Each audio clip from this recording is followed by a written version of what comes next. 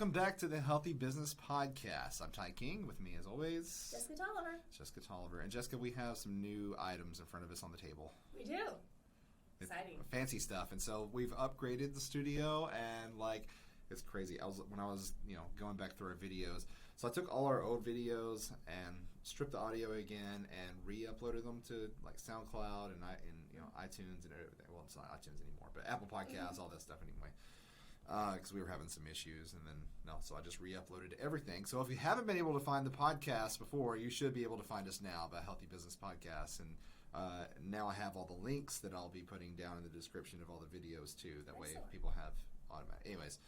Yeah, so just looking at the first couple of videos that we recorded. I'm sure they were awesome because we've done a lot of upgrades. It feels like rags to riches. I mean, it's a very stark contrast, you know what I mean, of what we started at. And that's important though, so people can see the progression.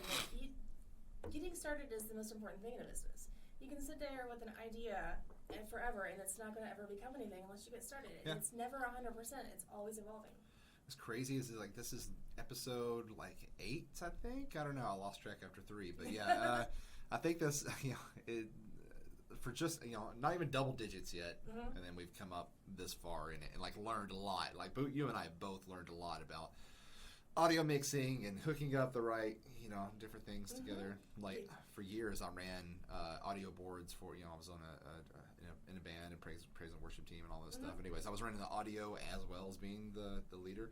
And so when I was on guitar, microphone, and controlling the board at the same time, you know what I mean? So I was used to multitasking and doing all that, but it's a completely different world when you start using anything to USB to plug into computers and start recording. And so there's a billion different ways of doing it. So we finally found one that works for us, I think. So this looks pretty good. I like it. I like it a lot. Yeah. I like the upgrade. So anyway, so we're off of Christmas break. We're off of New Year's, the whole thing. So how was yours? Good. Yeah? Uneventful. So I'm very happy Really? about that. You're so lucky. You're so lucky you had an uneventful. So I had a very, very interesting break. My whole family got sick and then couldn't tell what it was. It's it was dry sinuses and it was cracking and bleeding on the inside and but it wasn't coughing all the time and then still in my throat. But we got tested for COVID and it came back negative on the rapid test and then negative on the long-term test. I don't understand why we take the rapid test at all because if we're just having to wait for the longer test anyway. What's the use of that? I don't understand. Well, it can give you an early indication. So if it comes back positive, then at least you'll know. Yeah. And if it comes back negative, well, then you need to double check. Yeah. So it can actually help you know faster. Whatever it was symptoms I've never felt before in my life. It was crazy. And lasted about a week and a half. And yeah, it was bad. And then everybody on my Facebook stream, I'm going through and all my friends, hey, we got COVID. And I was we're sick. And then the amount of tests that are being available to even health departments and stuff like that. We had to wait another day and schedule ahead of time to get the COVID test because we couldn't just drive up and do it like you normally would. So it's crazy. Well, so that was one crazy thing that happened. The other crazy thing is I was invited to be a speaker, and I just had to choose my subject. They weren't even going to give me one, and they're just hey, I want you to come to this conference. I want you to be a speaker, and you choose the subject, and you just let us know what you're going to talk about, and then we'll give you the stage time and all this stuff, and it's a free event, and all this stuff. So I was okay, that's awesome. Yeah, that's what I thought. I was that's great, that's awesome. And then I started looking at the person that invited me, that hosts these things, and their marketing's pretty on point. Really professional looking flyers and posters and promotionals going out there. But she's a motivational speaker. But it turns out she's a motivational speaker with an OnlyFans page. And so she strips while giving you a motivational message. Interesting. Yeah. Not exactly what you want to be associating your business with. No, not at all. And so at first I was okay, this is cool. And then I saw that and I was I don't think I could do that. There's a pro tip. Google your partners. Yes, absolutely. if they're advertising their OnlyFans and oh my gosh, I don't understand the motive that whole concept. I mean, it's original, I guess. I've never heard of it, but it's kind of was it Naked News and the weather? You know what I mean? while they're stripping, while they're telling you, hey, the winds are coming in from the northeast, and I think today we might have a little bit of snow. Well, let's wear less clothes. It's getting cold. So yeah, giving a motivational speech while you're stripping. I was like, okay, all right, I've got a reputation to uphold, and Exactly. I've got to do something about this. So yeah, I was like, Well, okay, I can't do I'm personally this. glad that you didn't do it because I also have a reputation to uphold. Yeah. And I wouldn't want to be associated with someone who's associated with a stripping motivational speaker. There you go. Although I do admire her for doing it. So she should go for I mean, it if you and feel some prosper. sort of empowerment by it, then that's all by all hats. But I mean, I don't know. It's psychologically, that's just weird. That's just a strange thing to me. And I guess it gets people's attention. It's like if they need to hear it somehow, like if that's the bare bones way that you can get somebody to come and listen to the message, and be like, okay, well, whatever works for you, I guess. She also has some weird like rap videos and stuff, on YouTube, and it's like a really cheesy rap, and I'm like, this is awful. But anyway, that was my crazy break, and then now I'm back. I'm out in society. We had a first ribbon cutting on like Tuesday, I think it was, and then like a board meeting. So like it was so weird, like getting back out and talking to people again. It was like I had lost part of that, like socializing with people, besides the people in my family, which is always like I'm gonna go and. Well, and a lot of people private have time. that same problem we had back in 2020 when everything shut down. We all went home. We all lived with our loved ones or by ourselves, and then we started coming back using, which is not the same as talking to humans. And when I first came back, because I'm, being a body worker, I'm one-to-one with people and we talk. I actually made it a point to schedule people that I was friendly with, like more friends than just clients, because I wasn't sure how my brain was going to react. And when I'm normally letting my clients choose how much we speak. And these clients, when I was working on them, I opened my mouth and it did not close until the session was over. I just talked nonstop. Yeah. But I had to get that out of my system because the isolation, even if you're with a spouse or kids, it is still more of an isolation than you think. Other humans out in the world, you deal with differently. It's a different. Oh, for sure, yeah. And like your performative emotions, and like I had zero performative emotions. When I got back out, and I was like, that my inhibitions are just gone now. And I was like, man, I'm 36 next week, and I was like, I'm just becoming the salty old man that just like is so tired of like all the facades. And like we asked somebody, hey, how are you? And they're like, oh, hey, it's great. And then it's like, no, I've seen your posts. I know that you're not doing great. I know that you're going through. One guy told me I was like, how was your break? He said, I'm great. And I was like, oh yeah, we were sick, and I told you the whole story. And then after that, he was like, oh, yeah. He said, our family was sick, too, on Christmas. And then he said, my kids went to the Christmas tree, and the first present they pulled out, they threw up on top of the present. Oh.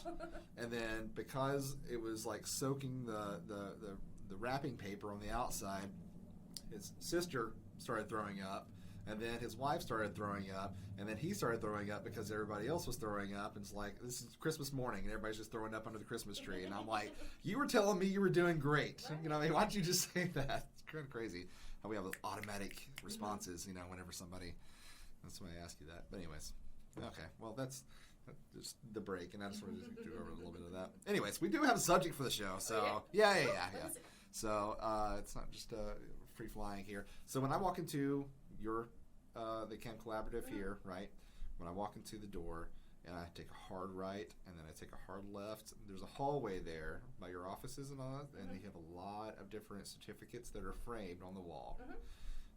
Just wanted to talk today, I guess, about like what certificates would be used for, not like what are not which ones are necessary, because it'd be obviously different from every industry, but like what are some of the good uses of having certificates? And I know we're going to have different takes because, like, in my industry it's different, and for yours it's very different. It's kind of necessary for you to have them. So I guess what is your take on all that? Well, for my licensure, I'm required to take a minimum number of continuing education hours each renewal. But for my clients, it gives them peace of mind. Yeah. They walk in and they see that I've taken all of this education, and that gives them an extra backup to me telling them what I know what I'm talking about. So there's that. And I have other things other than continuing education that are on different walls. I actually recently went through what's called Rock Academy, and it's residence something, I don't know. Anyways, it's the city of Little Rock puts it on, and it teaches people about the city, about how the city works, about how trash is done, about how the police department's done, how the fire department's That's run. cool. I didn't even know about that. It's super cool. It was like an 8-week program, and I have that certificate on the wall. Well, that tells my clients or tells anyone who sees that I know the city how it works. I have invested into the community. Yes. Nice. And so it gives me a little bit of credibility on that as well, and helps people to see that I'm active and I care, and I'm not just some fly-by-night person who's opened up a door and said, "Come here and let me do the thing." Yeah, I like that. Is that free, the Rock Academy? Yeah, it is. It is. Oh, that's awesome. Yeah, so that's something, and just put a little bit of effort into it, and you got that. Mm-hmm. That's interesting. And like you I said, learned a lot. It was really interesting. I mean, I would recommend anybody who's in the city to apply for it. yeah, and of course you learned a lot about different industries that are going on that make the city hit an ecosystem. You know, like exactly. how they all work together. Just like you work on the body to make sure all your muscles and like your blood flow and everything in your body has to be working together in order for you to have a healthy life. And so, yeah, just same thing with the city. I mean, everything is just we have different organisms that bring us together as a whole. You know, I mean, have to work together. So. But like you said, the being able to show that hey, you made this investment, hey, you're still current, you're continuing to learning. And there's some licenses that you absolutely had to have. There's some that you probably didn't have to have at minimal to start a massage business. But you went ahead because you wanted to learn more. You wanted to get the knowledge and then have something to show for it. But hey, look, I did all this and I know what I'm talking about. Right. Stop telling me what to do. I'm going to tell you. Just stop. I got the license right here. So, like, for me, where I'm coming from is so my industry is a little different. Like, in marketing, the overhead is just basically zero. Anybody can start a marketing company. I know there was somebody that did, let's see, Archie Travels is one of them I was thinking about. That's what they did. They had a YouTube channel, and the only thing they did was go out to different state parks around the state, and they would film their experience there, and then upload it to YouTube. And then when the pandemic hit, they started their own marketing business because I guess they were basically doing their own stuff. They were like, if I can do it for me, I guess I can do it for other people for money. So, because why not? You know what I mean? Being able to make money, not have to put a whole lot into it, yeah, it seems like a no-brainer. So that's why you have so many different marketing companies that are across the world, and because, like I said, the overhead is just minimal, and you don't have to have any certain licenses. Most places you don't have to have a business license, or even have to have gone to college for marketing. Of course, anybody can do it. A 13-year-old in their bedroom, you know, what I mean, can start a marketing company. You don't have to have any kind of experience even. Like real time, like usually you would have to shadow somebody. Like in college, you have to have credits where you're going to intern somewhere. Don't have to have it. There's nothing required whatsoever to start a marketing company. It's just you take what you know and you apply it. And if somebody asks you to do something you don't know, you're like, yes, I can do that. And then you learn how to do it, and then you go do it. And so like that's why like marketing itself is just so varied across the board, because there's like there's gonna have tons of people that are just scams. You're gonna have tons of people that aren't experienced and like they're not ready for it, and then you're gonna have the ones that are super experienced, been doing it for years, and just started just decided to go ahead and open it, and then the ones that are like they're able to learn. So anyways, it's across the board. But for me, I just a little bit of my backstory. I dropped out of college when I was going there for not even marketing. It was for music. I was playing tenor saxophone in the orchestra there. Cool. Yeah. So I was big into music. Still playing, still sit like last night. My wife went out with her friends, and I just sat there and played guitar for a couple of hours. I learned an Elvis song out of all things. Anyways, so that was interesting. So I love playing music. I think it's just empowering and all that. But like, it doesn't really get you much money unless you're Hans Zimmer or something. You're going to be making the big bucks with like movies or something like that. But like even the main artist. Side note. Anyway, so I don't have any like a completion of college. Besides, when I dropped out a few years later, I decided that I was more interested. I didn't know about marketing, so I was like, I wanted to be interested in how people work, because I don't know, I'm kind of different than most people. Like, I'm kind of a weirdo. You are too. So I mean, I'm talking to another.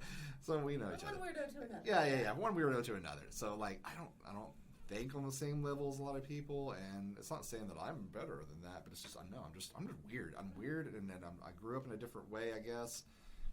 my experiences created me to be a different person, I guess. I don't know. But I decided that I wanted to learn how people tick, what makes them, like certain colors, or like why is it that like facial expressions are recognized across the board? When somebody shows their teeth, why is that recognized as being inviting or happy or welcoming? You know what I mean? Across the world, no matter what language you speak, or if it's a tribe that hasn't had any contact with the outside world. You know what I mean? Everybody still recognize joy and fear and yeah, because it's weird. Because like when we do it, like it's welcoming. When a dog does it, it's a threat. So humans are strange. So I wanted to just like get all the intricacies of that. And so I ended up going through a college and getting taking some classes, getting the hours and everything for it in social psychology. I'm like, that's the best class I've ever taken. Out of all the marketing classes and all that stuff, that was the best thing I have. So anyways, yeah, social psychology taught me a ton about how people work, and like that helps in marketing, of course. There was a whole section on that. So I've got that. Never went through any major institution to have a course in business management or in marketing. I like learn. I've always been that way. I like to deconstruct things. I like to take stuff that people have built and just reverse engineer it and see how they did it. Watching tutorials, of course, and then practicing. And my hands-on, kinetic learner. So I've got to be touching and doing, and that way I learn. That's how we set this up today. So, yeah. So I just, and there are some places where, like online, if you were in the marketing field and you wanted, or even wanted some more experience in marketing, there are other places like what is it? GitHub. GitHub has their free courses that you can take on any sort of marketing. They're Wix. I'm a Wix partner, so they have a class in what they call Velo, which is pretty much like instead of having the drag and drop, elements, Velo is full. It's back to HTML5, back what we were doing in the early 2000s. And so if you wanted to, because sometimes it's necessary to do that if you're having like a really intricate, website that does a lot of things, like real estate agents always having to pull from like different CRMs and all that. So you can get your certificate or certification in that. But really, do they add up to anything? Can you take that to a college and be like, hey, I want to transfer this for hours? No, they're not going to take that. Absolutely not. You might as well have gone to an art school. So I mean, it's an online course. It's just as easy as how people become ministers and they can engage in ceremonial weddings and stuff like that. Onboarding? Yeah, there you go. So it's also on my wall. You pay your $20 online and you get it. There you go. So it's the same thing.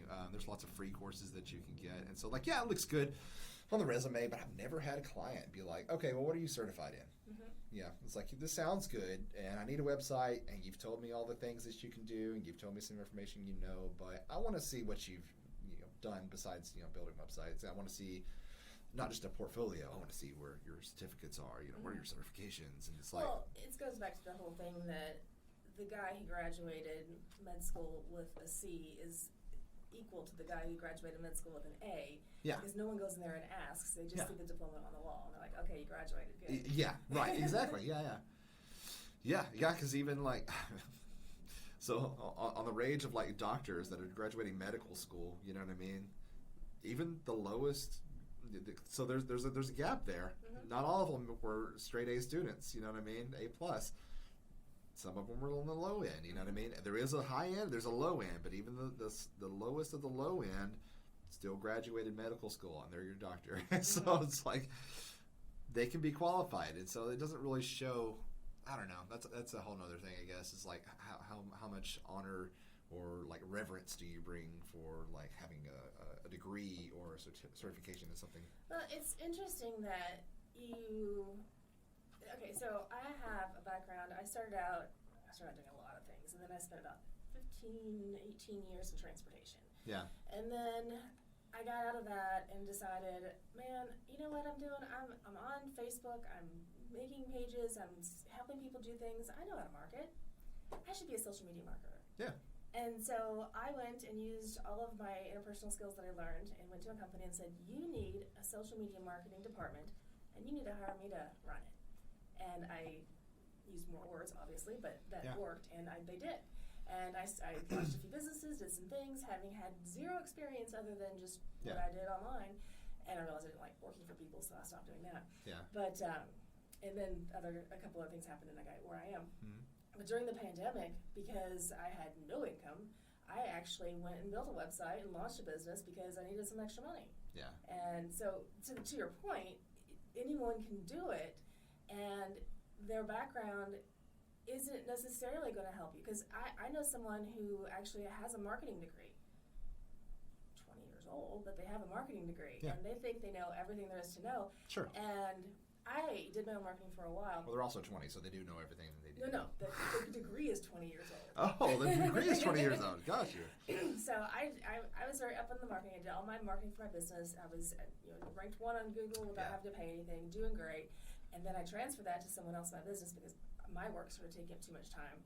And probably 6 months later, I made a comment about something, and she's like, "Oh, those are dead." Yeah. So hashtags are dead. I'm like, what happened? Everything changed in 6 months.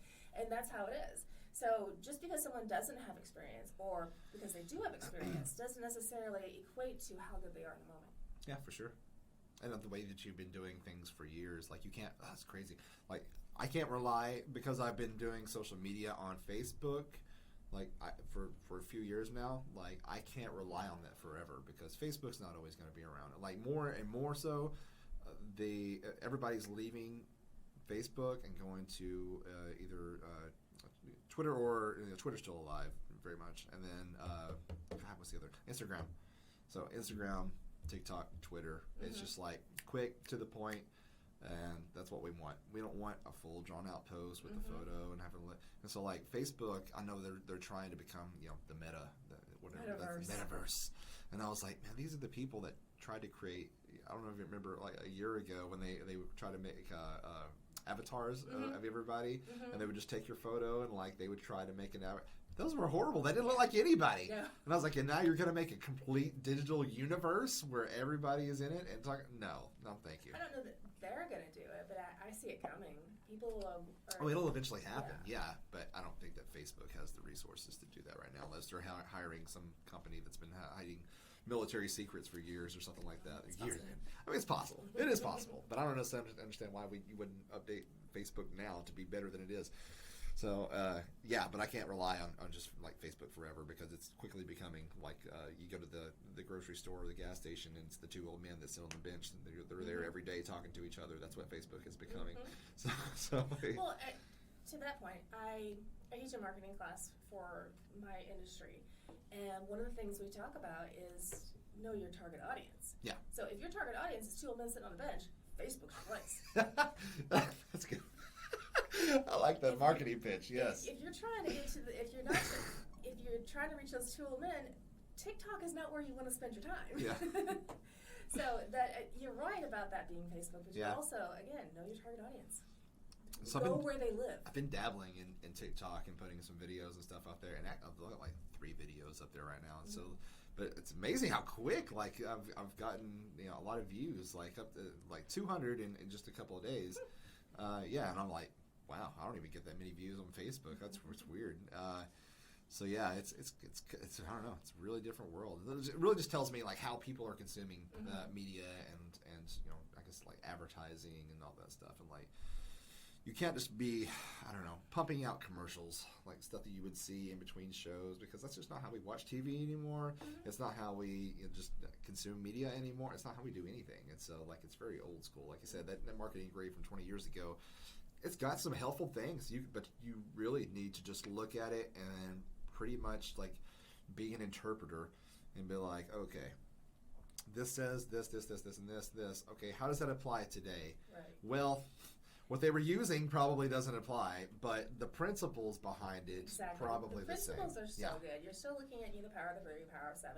Those are things that are still accurate, but how you deliver and how you achieve it are not. Yeah. It's like, again, back to the pandemic. A lot of businesses pre-pandemic were, no, we need everyone here in their cubicle doing the thing. Yeah, everybody does this stuff in here. And when they were forced to go home, a lot of businesses realized that, oh, wait, I can cut my overhead in half and still get the same productivity. Let's get these people at home. Yeah. And so being able to adjust to the times and being able to change, like you're saying, as the world changes, as we get more technology, I remember when we had Skype back in the day, and it was... It's still around. It's dead, but it's around. But when it first came out, it was really bad. Yeah. I mean, it lagged terribly. Only certain computers could use it. It didn't all... It was horrible. Yeah. And so if that's your experience with online, working with other people, then you're going to think that that's terrible. But the Zooms and the newer Skypes and the new options out there are good. Yeah. They're not, obviously not going to replace in person, in my opinion, but sure. But they're still really good. Yeah, for sure. And they're continuing to add on new features all the time, where you can use different types of webcams or filters, or even they've got it now to where you can play on Zoom. There's a mystery game on there, kind of like we used to have in the pandemic. We had a few friends, me and my wife, where we would get on there. And it's kind of like, you ever played Werewolf? You know what that is? Okay, so it's like you got a story. It's like a murder dinner theater, that type of thing. And so we've got cards, we've each got our roles, but nobody tells anybody else what their role is or if they're the killer or not. And then we have to go through the whole thing and say and perform and do all this. It was a lot of fun. But anyways, now Zoom has an app on there on Zoom that you can do this with. Yeah, it's pretty cool. And I think you do it through avatars and stuff. I don't know. I haven't tried it out, but yeah, they're trying to lean into changing. It's like we talked about before. If you're not evolving, you're gonna die out eventually. So you have to evolve. So you have to move. If you're not moving forward, you're moving backwards because everything's moving forward. You have to move forward with it. And nobody's giving out certificates for using Zoom. You know what I mean? So it's just something you got to learn. You got to do it and stop making yourself into a cat. So yeah, I know, right? We watched the viral videos of 2021 or something like that. That came up on there. Of course, that was hilarious. What a year. Okay, so anyways, yeah. For certifications, absolutely necessary in some areas, beneficial in most areas. For me, it's not necessary, but like you said, if I want to stay engaged, I want to keep learning, then I go ahead and do that. But I'm not advertising it and showing it off. You know what I mean? Being like, hey, I got this, so this is why you need to hire me over somebody else. Well, and again, back to that point, if someone's doing that, if they're like, hey, I got a certificate from Udemy, I am the best, whatever. Maybe see how many hours that was. Maybe they're trying to prove something. Maybe they're not relying on their knowledge. They're relying on a certificate. Yeah. No, I mean, they'd be able to, I guess, roll with the times and learn new software and that type of stuff. You're kind of covering for something. Yeah, I absolutely agree. If someone has to tell you how great they are, they're probably not that great. Kind of strange. Yeah, and it reminds me of how back in the day, you knew a business was legit by the Better Business Bureau. I can get it all out. There's 3 B's. Okay, yeah, those 3 B's. And if they had that stamp on their website or on their door or whatever, it's like, oh, okay, they can be trusted. They've got a BBB written, but that, it's, I don't know, it's so old school now. And it's even the Better Business Bureau, they've evolved where that's not even their main focus anymore. It's about giving webinars to train you and give you help you use the technology of today and how to approach people, talk about your business, what you need to do to try to get grants, and it's so they become an industry that's helping you in your business. That's what they're basically focused on now. And so instead of just being like, hey, pay us and you get a stamp and we'll make sure everything's good, but it's funny. You can go on the BBB website and then look up a company and the reviews. There are reviews for each company and complaints to the Better Business Bureau. I think the complaints way outweigh how many people are actually certified through their BBB right now. But you have to consider that if you have a good experience, albeit a small experience with a company, you go in, you buy your widget, and you leave, and you're happy. You move on with your life. If you go in and buy your widget, and your widget breaks, you take it back, they give you a hard time, then you're going to complain. Yeah. So whenever you're looking at reviews, take the negatives versus positives with a grain of salt, in that most people aren't going to give a good review. Oh yeah, for sure. You can have 999 great experiences, but if you have one bad experience, oh man, you better believe they're going to write about it online and tell everybody. Which is why it's important, if you do get a bad review, to respond to it.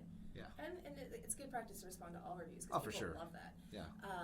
But I always, in my marketing class, I teach them that they need to not panic.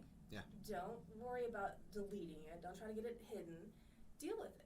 Show that people that are reading that review that you as a business followed up and said, I'm sorry you had a bad experience. Yeah. How can we make it right?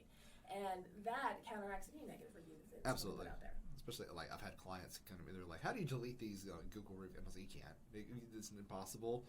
But I was like, this is a good opportunity for you to show what kind of business you actually are, especially with law firms. So anybody that deals with law or medical, oh my God. So you cannot keep people happy there. Yeah. And so they will complain about customer service. I couldn't get anybody on the phone, or yada, yada, yada. They talked to me this way, or it sounded like, they said all the right words, but it sounded like they were being condescending to me. It's like, come on now. But anyway, yeah. But if they go in there and be like, okay, well, I'm sorry you had such a bad experience. We strive to have this, and we're working on this. And be like, okay. So even if that person's not happy, other people are going to read that review, and they're also going to see the response and be like, oh, okay, well, I see what's going on here. You can't please all the people all the time. No, but you can't. You can accept the fact that maybe you made a mistake and improve. And showing people that gives that human aspect to your business, and people really respond to that. Right. I think we forget about that, especially when we're dealing with like businesses. We don't really think of them as people. Mm-hmm. And so even the biggest business, even the multi-billionaire businesses out there, there's still humans working in it at that business. And humans make mistakes. Oh yeah, for sure. To err is human. With their own flaws and strengths and weaknesses. Mm-hmm. And everybody has them. That's why you have to do your SWOT analysis. I'm sure you learned that in marketing. Mm-hmm. Yeah. Okay. So yeah, man. I don't know. Like, I'll continue to learn, and I'll continue to. If I get a certificate for some of that stuff, fine. That's whatever. Mm-hmm. And if I happen to get one, I'll probably put it on. Whatever I'm putting like. But I'm not going to continue to harp on it. You know what I mean? And be like, hey, well, I did this. That was okay. Well, 8 years ago. Right. We're in the metaverse now. We don't do that anymore. You know what I mean? So. Yeah, I don't brag on my strengths. I'm a knowledge junkie, so I'm out learning everything I can, and I want to know even the things that I don't want to do. Yeah. So I took a class that was in a modality that absolutely have never done and will never do again. Yeah. But other people like it, and so I wanted to know what it was about. Sure. And there we go. I did it. Got the T-shirt. Yeah. That's all I like working with, like so many different, wide variety of clients, is being able to get a little taste of their business and like just to see what it's like and to walk in their shoes for a few, for a little bit. And so that was my favorite part about being with the chamber, was meeting people that were in different industries and learning that they weren't just what I thought. And it really opened my worldview in seeing that just because this is a painting company, they do more than paint. Yeah. Who knew? And I was able to really understand businesses better by seeing the bigger picture. Yeah, for sure. It reminds me of that show. You remember Undercover Boss? Mm-hmm. Where like the CEO of a huge company would just like put a disguise on and then go in and like on the factory, worker level and just go see what their day was like, and like it always just like changed their world. Mm-hmm. Like, oh yeah, I can do this, because you just assume it's easy. Because the grunt work's being done down here, you know what I mean? All I got to do is pick up a box and put it up. No, turns out you've got to do all these different things. The organization, the labels, figure out the shipping, and just like working with other people that are in it. Anytime you're working with other people, you can have a lot of problems. And so, yeah, it's knowing how to manage all that and to have a working relationship, you know what I mean, that operates on everybody's level. As we talked about a couple episodes ago, about personalities. Yes. Dealing with so many personalities. People are fun. Yeah, people are. They're fun. They'll make your life interesting for sure. If you had nothing going on, just go out and start talking to some people, because your day is going to be full after that, good or bad. Exactly. Yes. I had a little bit of a mental shift probably in my mid-30s, and I started finding people fascinating. Instead of finding them wrong, I found them fascinating. Yeah. I just shifted that a little bit, and now I don't have to agree with you to find you interesting. Sure. And I'm not joking. I want to know all about people. Like, tell me how weird you are, or how not weird you are. Right.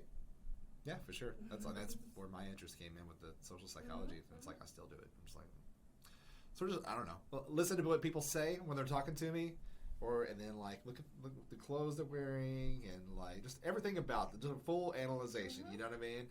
And it's like, it's not. So there's a line of like being judgy and then like just being like open-minded and looking at it and like trying to piece together this person's story and be like, okay, what's going on here? So I don't know. It's fun. Like you said, I have an interest in that too. So anyways, anything else on certificates or certifications that you want to harp on? Not really. No? I mean, I encourage people to continue to learn whether you get a certificate or not. Be proud of what you learn. So if you get a certificate, for sure, put it on the wall. But I don't know. Depends on, like you said, depends on your industry. Yeah. Doesn't really hold a lot of weight everywhere. And if you're just going through a class, just and like you're not interested in it, and like you're just passing with a C, you know what I mean? Just so you can have that one more thing. If you're doing it for the certificate, you're probably doing it for the wrong reason. Yeah, exactly. It's probably not necessary. Even you'd probably be better off not doing it. Yeah. So. Is it? That's it. Okay, we had a lot of dead air there. So, thank you for watching and for listening. And like I said, I re-uploaded all the audio files for previous episodes up, so they are on Spotify and Apple Podcasts and Google Podcasts, all the things. I'll get all the links down in the description below the YouTube video. That way you have access to all those, and then in the description of everything else. And so we're just going to copy across the board. As we're upgrading the studio, we're also upgrading our marketing for ourselves. There we go. And what we're doing. So hopefully by the time people find this, we'll be have the studio 100%, or at least 93. Yeah, for sure. And like next week, we'll be showing some people the studio because we're going to be trying to get it rented out where people can easily just plug in, come, sit down, record, take it with you. So that you can not have to make all the mistakes we did. Yes, you don't have to go. Oh my God, yeah, you don't have. We're saving you the trouble. That alone is worth it. Yeah, for sure. I don't think people realize how much work goes into it when they come into a photo studio or just record a piece. Like, okay, I sit in this chair and I talk. All right, got it. And it's like, no, there's a lot more. There's a lot more to this. We built this thing. It took a while. We had a lot of headaches. So yeah. All worth it. Yeah, sponsored by Advil. So, anyways, if you're watching this as a video listener or a video watcher, then of course we're on all the podcast systems. And if you're listening as a podcast, then you can always watch and see our pretty background that we have here now. So, and our movements actually match the sound now. So that's another amazing improvement. Yeah, I know. We were having a glitch where it was 2 seconds off. Oh, and I was like, oh, it's so bad. Yeah, it's like I can't watch this anymore. Even I do it. I can't do it. So, well, until next time, go say bye. Bye. Okay, that was you really thought about that one, how to say it. I was like the inflections and everything. All right, until next time, keep your business healthy.